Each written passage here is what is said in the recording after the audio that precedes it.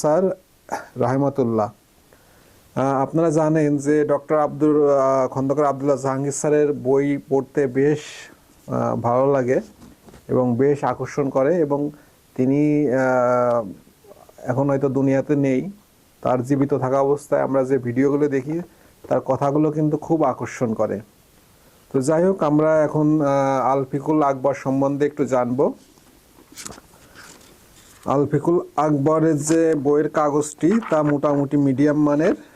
আর আমরা যদি একটু দেখি আপনাদেরকে এবং দেখাই,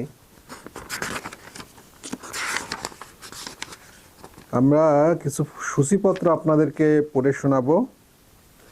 ইমাম আবু হানিফার রচনাবলী, ইমাম আবু হানিফার কিতাবুল আসার ও মুসনাদ।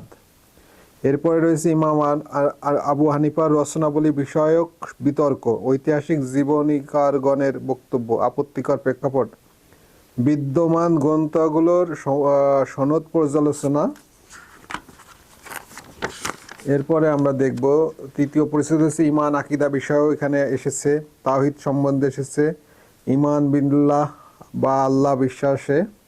এরপরে মিজান, কোরআন হাদিসের আলোচিত শিরক সমূহ কি কি, ইবাদতের শিরক কি কি আছে, সাজদা, উৎসর্গ, মানত করা যেগুলা, দুয়া, ডাকা, প্রার্থনা, তাবারুক, আনুগত্য, ভালোবাসা, তাওয়াক্কুল, উকিল, গ্রহণ বা নির্ভরতা, ভয় ও আশা।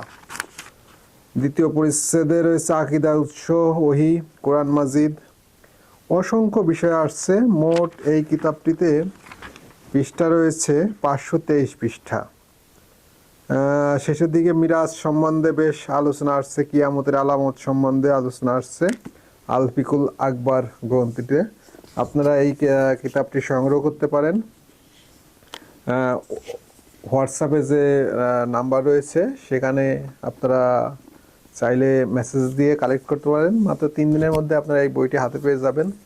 আর এছাড়াও islamicbonic.com, যারা ইসলামিক ফাউন্ডেশনের বই সর্বাধিক বিক্রয় করে থাকে, সেই ওয়েবসাইটটিতেও কিন্তু আপনি ইচ্ছা করলে আলফিকুল আকবর বইটি হয়তো পেয়ে যাবেন, সেখানে অর্ডার করতে পারেন।